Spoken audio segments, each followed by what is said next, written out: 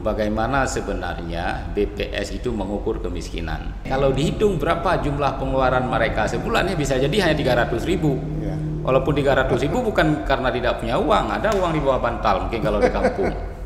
Saya pikir sejak saya dari kecil yang ada Pupuk Iskandar Muda, ya dulu ada Arun ya, itu sudah nggak ada, semen Andalas, yang lain nggak bertambah sepertinya. Paling-paling di barat sekarang ya, wilayah barat selatan itu ada PT Mifa.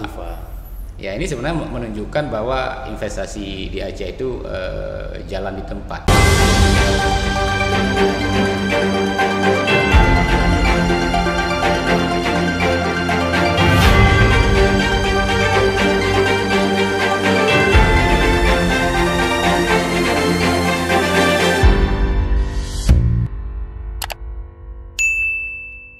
Assalamualaikum warahmatullahi wabarakatuh.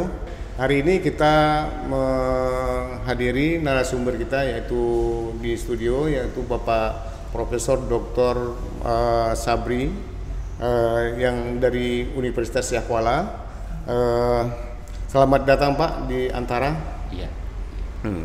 Hari ini kita bincang-bincang terkait dengan persoalan Aceh yang sedang hangatnya dibicarakan Pak, yaitu terkait dengan angka kemiskinan yang dikeluarkan oleh BPS. Itu memang sangat menggelitik dan memprihatinkan kita di tengah kondisi PBA kita juga lumayan besar, kemudian tingkat kemiskinan juga menurut laporan BPS itu juga cukup besar. Kira-kira Pak, apa yang menjadi indikator seperti itu Pak? Oke, terima kasih banyak. Ini memang suasana minggu-minggu terakhir panas di Aceh, bukan hanya suhu, cuaca, tapi juga isu kemiskinan. Data yang dirilis oleh BPS yang terbaru, posisi Aceh itu tingkat kemiskinan sekitar 15,41%.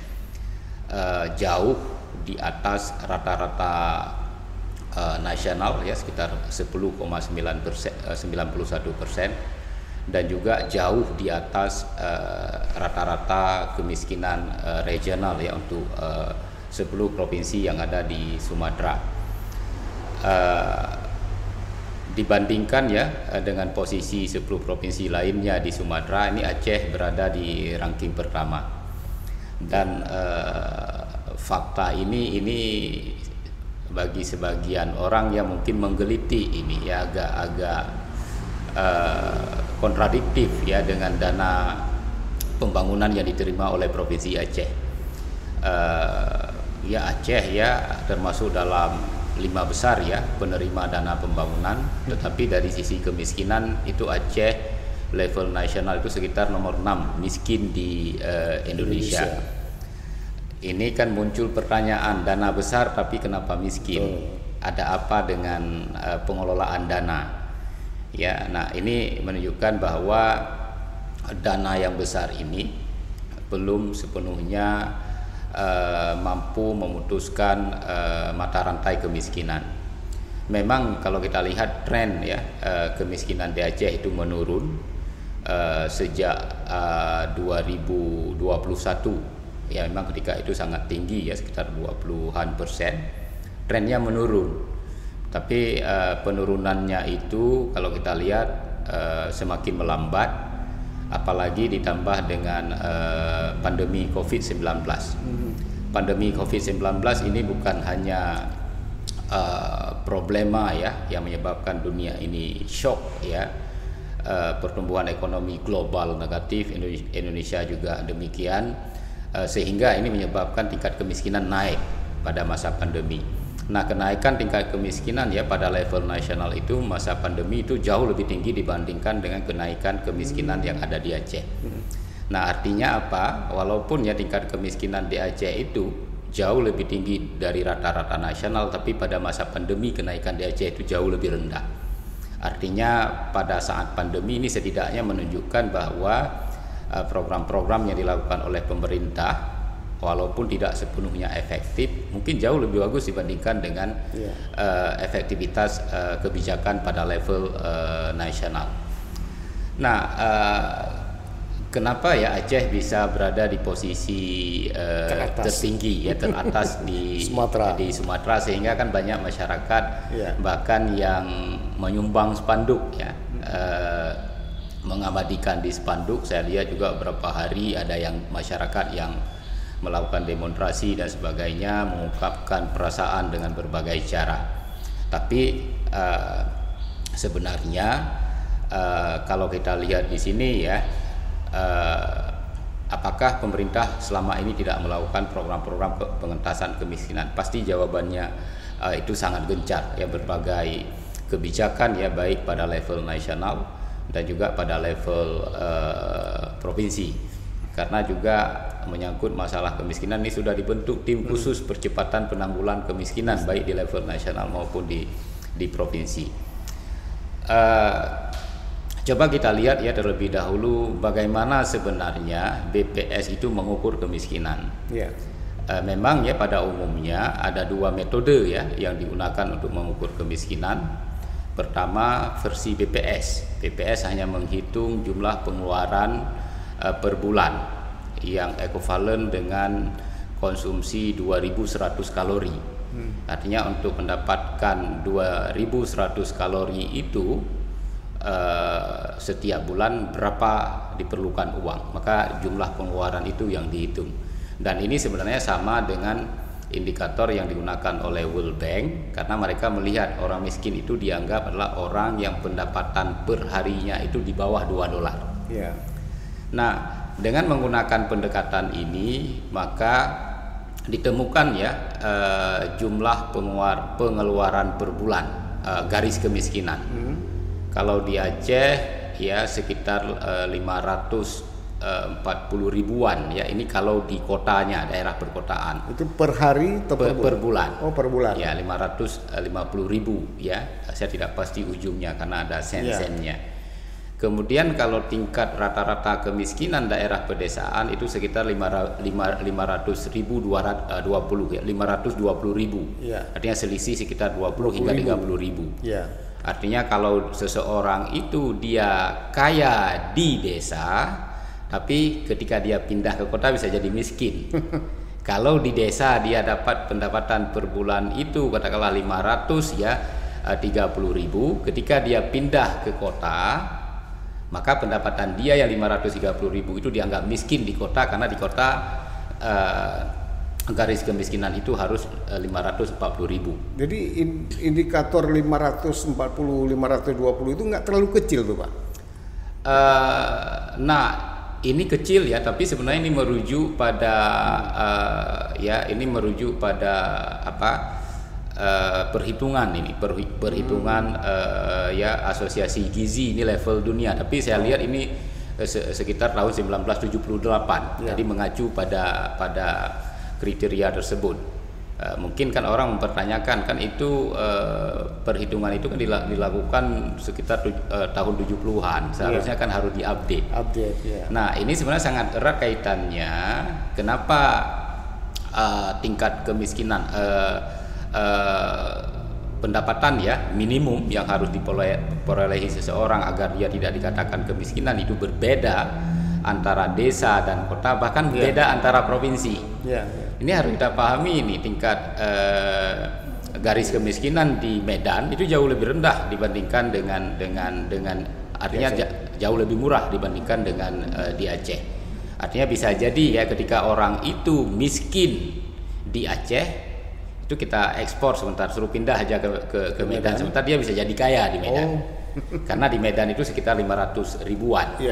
Ya. Nah, ini ya setidaknya kita harus pahami dulu bagaimana kemiskinan itu dihitung. Itu kalau versi BPS.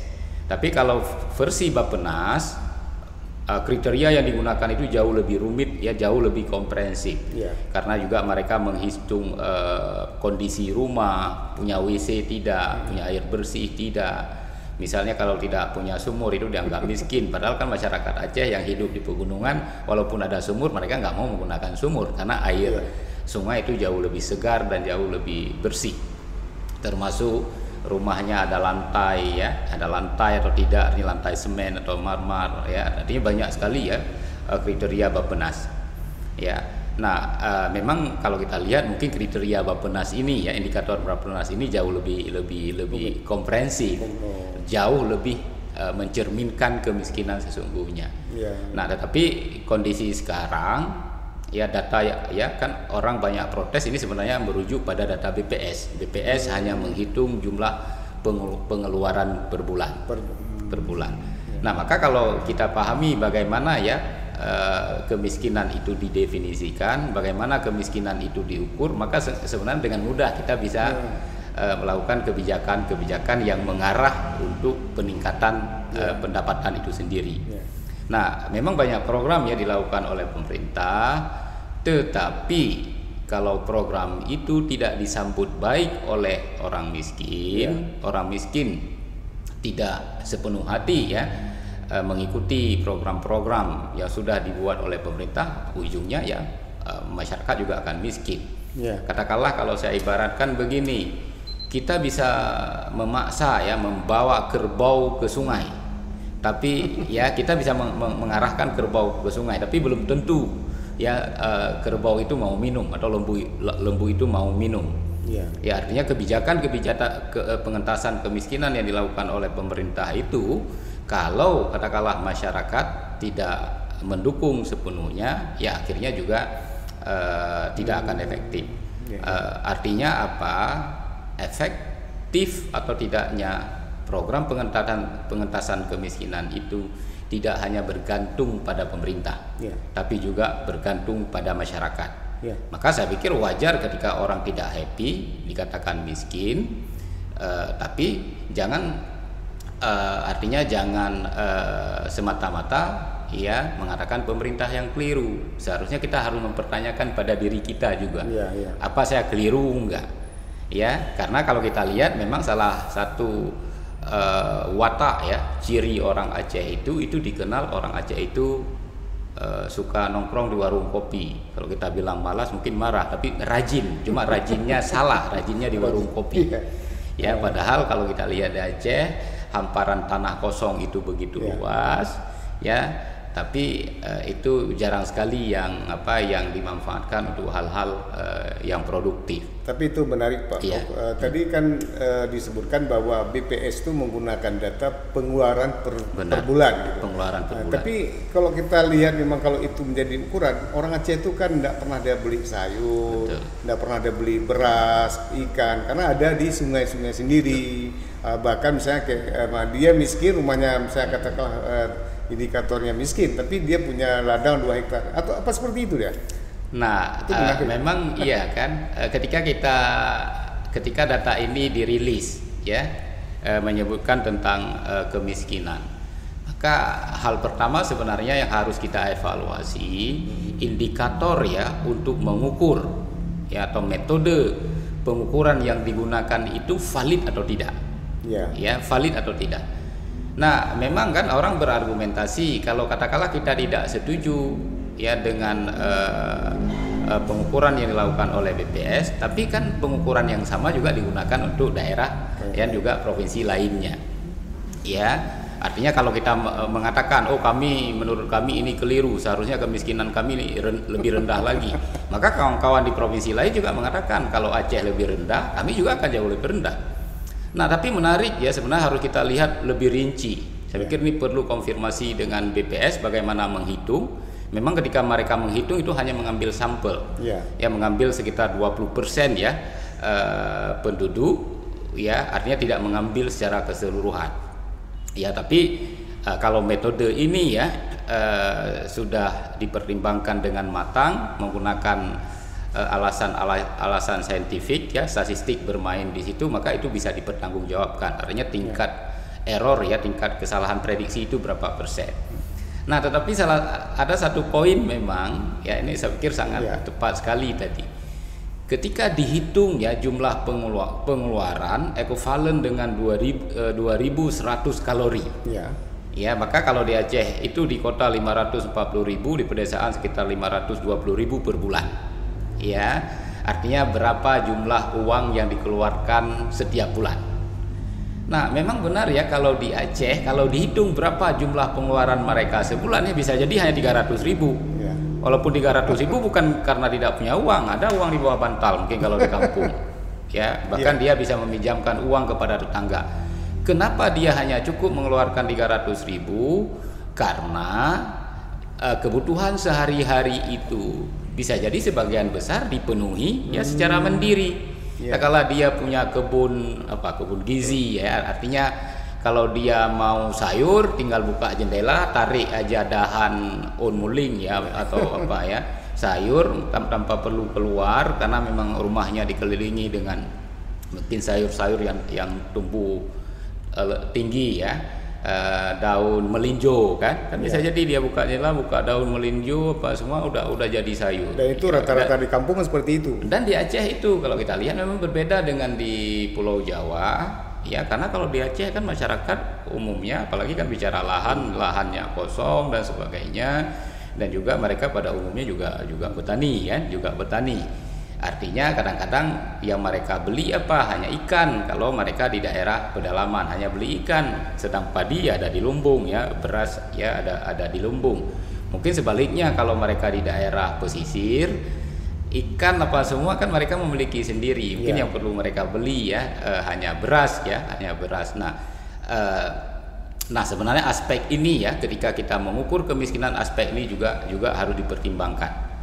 Ya, karena sebenarnya kalau kita ingin melihat kemiskinan, sebenarnya kita bisa melihat dengan kasat mata. Ya, dia miskin atau tidak.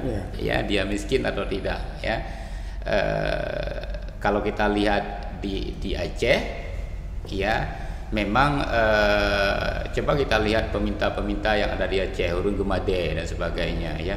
Itu juga harus dicek itu. Ini kayak kadang-kadang ya peminta-peminta itu mereka bukan meminta karena terpaksa tidak bisa memenuhi kebutuhan sendiri, tapi karena itu sudah dianggap profesi yang sangat menjanjikan. Karena banyak peminta-peminta itu yang bisa jadi kalau kita tahu rumahnya lebih gede rumah dia dari rumah kita.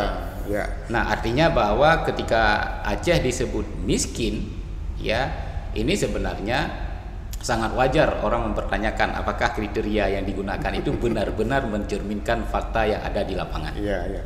Oke, Prof. Kita sekarang kembali kepada kira-kira apa sih solusi? Ini Aceh kan syariat Islam ini. Prof sebagai salah satu calon anggota Dewan Syariah Aceh. Nah, ini mungkin apa solusinya ke depan agar kita ini bisa, katakanlah memang itu kita harus keluar dari status seperti ini yang agak kurang enak lah bagi orang Aceh gitu. Apa solusi ya? Saya pikir karena kita di Aceh, solusi itu akan lebih efektif kalau dia berbasis syariah, karena Aceh daerah syariah, dan juga dengan mengintegrasikan dengan kearifan lokal. Artinya kalau kita membuat program pemberdayaan orang miskin, jangan apa yang kita maui, tapi kita harus lihat apa yang diinginkan oleh mereka, ya, apa hobi mereka. Ketika kita membuat regulasi, idealnya kita harus melihat dari sisi pelaksana regulasi itu sendiri. Menarik ya sebenarnya kalau kita lihat dalam Al-Quran itu ya banyak ayat-ayat yang berbicara tentang kemiskinan. Kemiskinan dikaitkan dengan kerajinan, arti kemalasan, ya, artinya karena manusia itu sendiri. Kemiskinan itu dikaitkan dengan malapetaka, dikaitkan dengan kedamaian, perang. Kemudian ya kemiskinan dikaitkan dengan konsentrasi ya, adanya monopoli harta di kalangan tertentu. Maka kalau bicara harta itu dimonopoli oleh kalangan tertentu, maka zakat itu sangat berperan penting. Kalau bicara orang malas, maka orang harus tahu di Aceh ini bekerja adalah ibadah. Ya, kalau bicara kedamaian ya, kalau malapetaka memang ini sangat erat kaitannya dengan kedekatan kita kepada Allah, karena ketika kita jauh dari Allah maka Allah akan menguji kita. Ya, karena Allah sayang pada kita, tapi kalau Allah tidak sayang, semakin bejat kita ya dibiarkan saja. Ya, kemudian saya juga melihat menarik mungkin ya ketika Allah berbicara tentang bagaimana hancur ya negara-negara yang dikisahkan dalam Al-Quran itu karena perang dan sebagainya, artinya kedamaian itu sangat penting. Cuma kalau saya melihat perang itu jangan dilihat, didefinisikan perang itu dianggap terjadi kalau ada bunyi bom, bunyi peluru, tamtung, itu dianggap perang. Ya, tapi sebenarnya perang di sini juga termasuk perang politik. Ya. Nah, kedamaian politik ini sangat penting. Ya, lembaga pemerintahan, eksekutif, yudikatif, ya, legislatif, nah ini harus damai ini. Ya, sehingga kebijakan ini akan bisa, ya, adanya harmonisasi dan sinergitas. Ini sebenarnya sangat penting. Karena kalau saya mengibaratkan, ya, katakanlah saya dengan beliau nih, ya, Bang Azhari, kita ke Medan, ya, katakanlah di depan kita 2 atau katakanlah 3 orang, ada anak 1 orang. Saya tekan gas, Pak Azhari tekan rem, si anak tekan close. Ya kita nggak sampai ke Medan. Ya, artinya ini sebenarnya kesatuan kebijakan ini, ya, ini saya lihat ini sangat penting. Ya, sebenarnya banyak hal-hal lain yang dibicarakan oleh Al-Quran dan saya melihat itu relevan sepanjang zaman. Ya, sangat relevan, ya, dengan kondisi keacehan sekarang. Nah, dalam, ya, talk show karena kemarin saya juga diundang di TVRI, ada talk show bicara zakat pengurang pajak. Ada hal yang menarik yang sebelumnya, ya, mungkin orang banyak mengabaikan. Coba kalau kita lihat, ya, indikator pembangunan di Aceh. Aceh memang lebih miskin, ya, dari provinsi-provinsi lainnya. Tingkat pengangguran juga tinggi di Aceh. Ya, kalau bicara indeks pembangunan manusia, ya, agak sedikit lebih baik. Tapi coba kita lihat kesenjangan pendapatan atau disparitas pendapatan. Artinya, ya, sejauh mana pendapatan yang dimiliki oleh masyarakat Aceh itu berbeda antara satu golongan, satu orang dengan orang lain. Dan ini dalam ekonomi diukur dengan Gini rasio, rasio Gini, ya, untuk mengukur disparitas kesenjangan. Ya, karena kesenjangan ini kalau saya melihat ini sebenarnya merupakan bagian dari indikator keadilan. Ya, keadilan artinya pendapatan atau harta itu tidak dimonopoli oleh golongan tertentu. Nah, yang menariknya adalah Gini rasio Aceh itu di bawah nasional. Artinya ketimpangan, ya, atau disparitas pendapatan masyarakat Aceh itu jauh lebih rendah dibandingkan dengan level nasional. Nah, maka saya melihat di sini apa? Saya melihat ini karena peran Baitul Mal di Aceh itu, ya, saya lihat memang dari tahun ke tahun menunjukkan progres yang sangat baik. Maka oleh karena itu, ya, zakat, infak, sedekah atau bicara filantropi, ya, ini harus diberdayakan. Ya, maka keinginan masyarakat Aceh agar mereka yang membayar zakat itu dianggap bagian dari membayar pajak atau zakat pengurang pajak. Ya, artinya kalau zakat itu sebagai pengurang pajak, maka masyarakat nanti akan tergugah, akan termotivasi untuk membayar zakat tidak di tempat lain tapi di Baitul Mal, karena dia harus punya dokumen resmi. Ya, harus ada kwitansi. Itu tingkat, ya, kesadaran masyarakat dalam berzakat atau seperti? Maksudnya begini, ya, kalau kita lihat sekarang berapa jumlah dana zakat yang berhasil dikumpulkan oleh Baitul Mal di Aceh. Kalau kita lihat data 2019, ya, itu hanya 280 miliar dari potensi zakat di Aceh. Kalau kita lihat, ya, versi proyeksi Basnas, Badan Amil Zakat Nasional, potensi zakat Aceh ini 2,8 triliun.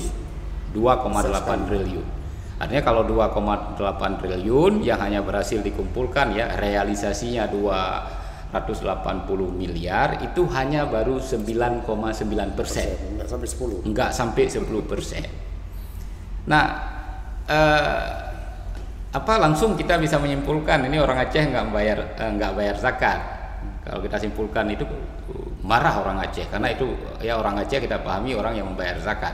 Nah, cuma mereka belum membayar via Baitul Mal, lembaga resmi. Ya, mungkin mereka membayar sendiri, ya, membayar ke tetangga dan sebagainya. Apa memang Islam mewajibkan ya harus membayar baitul mal? Ada dalil yang mengatakan wajib, tidak boleh tempat lain. Kalau kita bayar sendiri tidak sah. Tidak, Islam tidak sekaku itu. Nah, cuma kalau kita lihat ya berdasarkan pengalaman pengelolaan zakat yang ada pada masa Rasulullah, ya juga bicara khalifah, ya memang sangat diharapkan itu harus melalui baitul mal. Kenapa harus melalui baitul mal? Karena nanti ketika baitul mal ya mengalokasikan zakat itu tidak akan muncul overlapping. Maksud saya apa?